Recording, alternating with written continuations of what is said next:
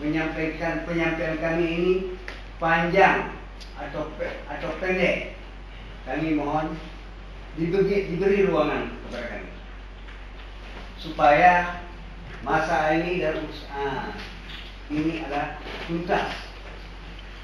Maka dengan ini marilah saya masuk ke dalam. Saya ini adalah ketua dari kelompok 16 yang menyegel itu.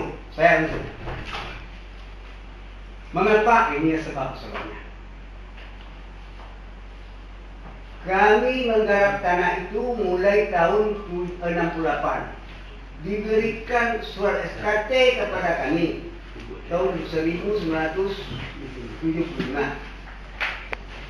Sudah itu pada waktu itu, pada tahun 1982, Bupati Aceh Barat Malik Ridwan Badai SH.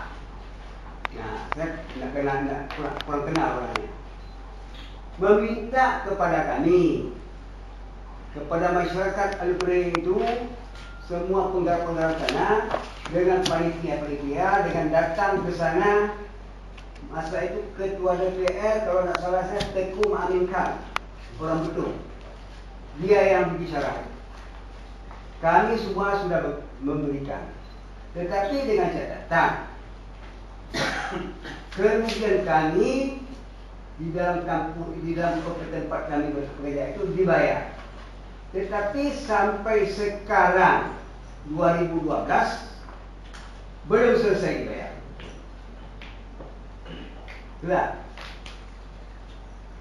Sudah itu kami terus mulai tahun 1993